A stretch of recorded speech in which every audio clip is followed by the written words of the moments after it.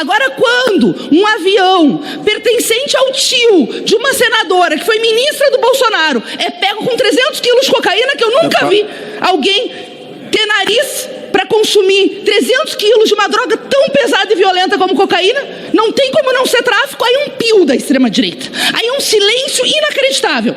Aí vem o plenário inteiro criticar a decisão do Supremo Tribunal Federal, que eu digo, fez bem, correto, para enfrentar com política pública, debatendo os temas como política de saúde pública, não com hipocrisia, não com demagogia, não com uma falsa guerra às drogas que significou o aumento dos narcotraficantes. Mas eu honestamente me inscrevi porque eu fico estarrecida, deputado Glauber, estarrecida com a covardia, estarrecida com a truculência, estarrecida com a hipocrisia, estarrecida com o desrespeito com uma família enlutada. Então eu quero começar o meu discurso de novo desejando a ti, a deputada Sema Bonfim, toda a minha solidariedade frente ao assassinato do Diego.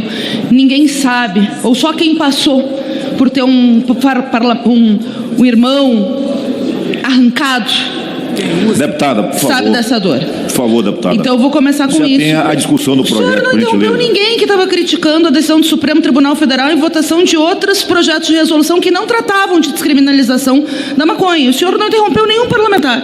Eu estou discutindo num projeto de resolução, deputada, e o senhor está me interrompendo porque eu estou sendo solidária com um colega que teve o cunhado que foi assassinado pelas milícias, atacado no plenário por sua posição política. O líder Altineu falou no tempo de liderança. Mas nos outros projetos de resolução, por gentileza, deputado. Presidente Bacelar, que preside os trabalhos, o senhor não é presidente, todo o plenário girou na crítica à decisão do Supremo Tribunal Federal e não tem nenhuma matéria tratando da descriminalização da maconha.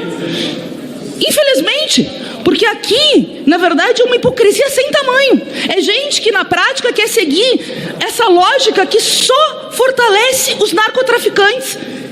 Porque seguir com uma lógica da guerra às drogas, que se transforma em guerra aos pobres, significa o hiperencarceramento da juventude pobre e negra, e ao mesmo tempo a criminalização do usuário só ajuda o narcotráfico.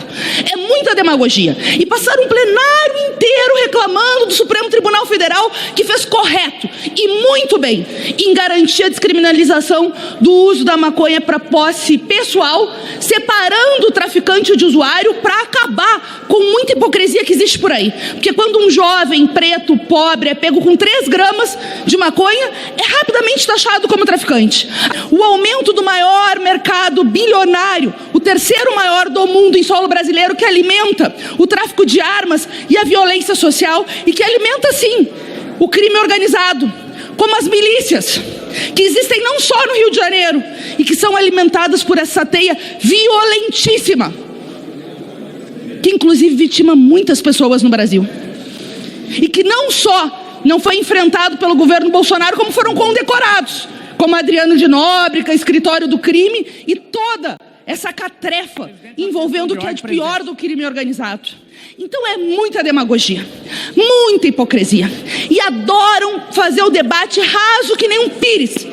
Raso que nem o Pires, sem nenhuma evidência, sem nenhum debate de como funciona a política de droga em outros países. Ao contrário, num senso comum, transformando tudo em pânico moral, na verdade, que só aumenta inclusive o próprio consumo de drogas. Porque tratar os temas como tema de saúde pública e não como um estado penal que hiperencarcera jovens, pobres, negros, que muitas vezes são usuários ou muitas vezes aviãozinho da gangue capitalista que é o narcotráfico e que vai seguir se alimentando e crescendo com a criminalização. E você segue retroalimentando essa lógica que só violenta a população, que só violenta 31 decisões em que a condenação foi diferente para os jovens negros do que para brancos de classe média, segundo a Folha de São Paulo. Não é nenhum jornal de esquerda, não é nenhuma publicação minha do Glauber, porque basta saber onde a pessoa pega, a cor, o CPF, a moradia, que é rapidamente taxada como traficante. Mas são os mesmos que ficam quietos com um avião de cocaína na comitiva presidencial do Bolsonaro, com quilos de cocaína. Por favor. Me atenha ao tema. Eu já tinha dito na urgência que votaria contrário a ela. E faço isso porque eu não estou aqui para fazer média com deputados. Não estou e não vou. Se eu tenho uma posição política sobre determinado tema, eu vou colocá-la. E não vou deixar de fazê-lo. E não venham com ameaça de que vão pedir afastamento cautelar, peçam. Se acharem que tem que pedir afastamento cautelar, peçam. Se me afastarem por 6 meses do mandato parlamentar, vou continuar sendo um militante socialista e vou continuar percorrendo o Brasil, fazendo a luta e a disputa política. Agora, o que me diferencia é que eu falo na cara, com coragem. Diferente do deputado José Medeiros, que fora dos microfones foi ali e disse que eu era uma merda. Só que no microfone ele não repete, porque ele não tem coragem. Diferente do deputado Altineu, que subiu àquela tribuna para falar de forma sorrateira do meu cunhado, porque já sabia que na Comissão de Constituição e Justiça isso tinha sido um tema que muito feriu a nossa família. Só que, deputado, o senhor voltou ao microfone para fazer uma acusação, mais uma vez dissimulada, em relação à minha mãe. Só que, e agora faz uma cara dissimulada novamente, porque a extrema-direita brasileira disse e propagou uma fake news durante muito tempo de que minha mãe teria desviado dinheiro da merenda. E o senhor repetiu essa fake news mais uma vez no microfone. Sabe o que é isso, deputado Altineu? É uma fake news. Como era fake news também a notícia que vocês colocaram de um sujeito colocando dinheiro na cueca e dizendo: se trata do deputado Glauber. Do mesmo jeito que era uma mentira uma matéria com uma evolução patrimonial ilegal dizendo: olha aí o deputado do PSOL. Só que a minha diferença é a seguinte: eu não me encolho para esse tipo de mentira e ataque rasteiro.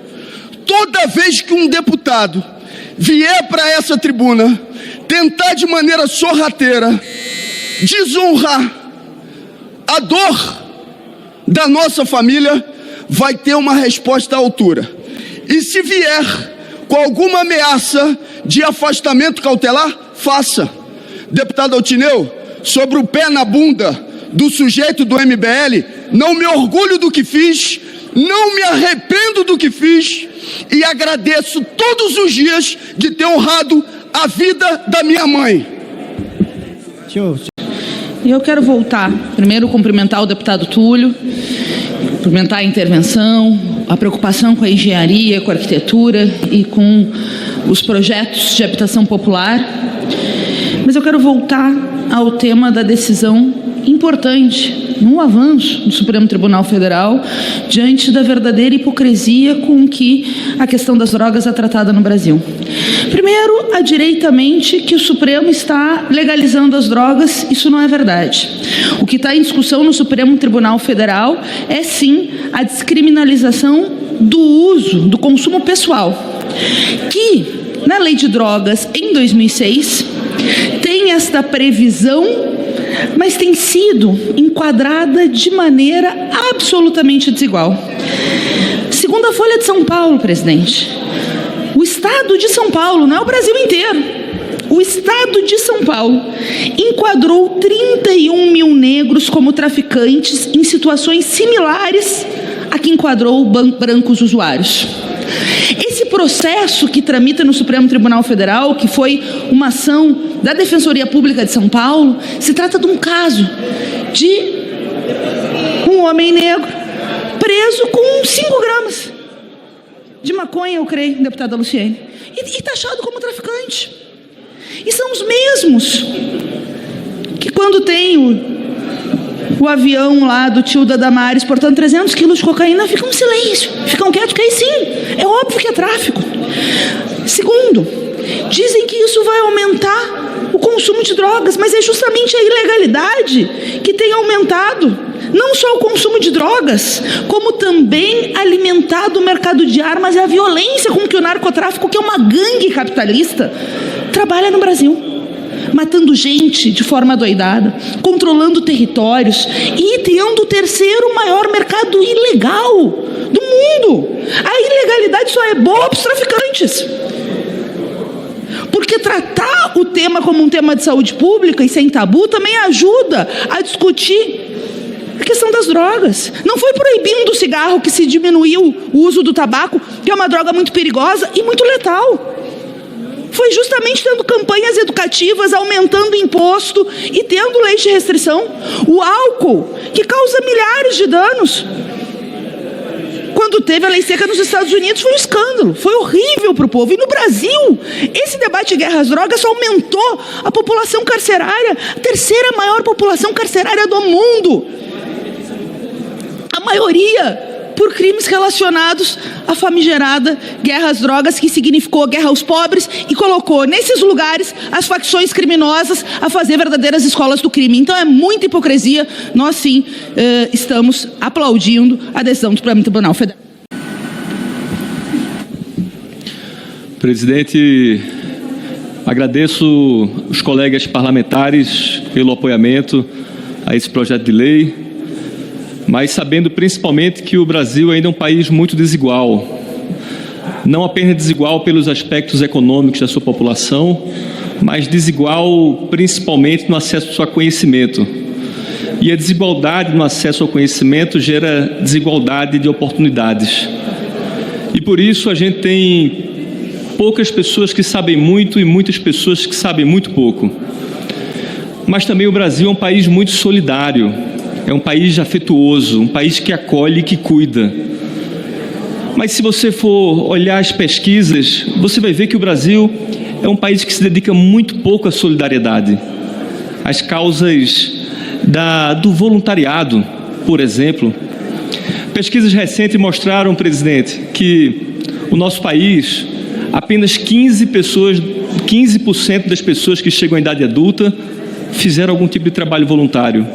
Enquanto nossos vizinhos lá nos Estados Unidos, o índice é o contrário. 15% nunca fizeram um trabalho voluntário e 85% fizeram.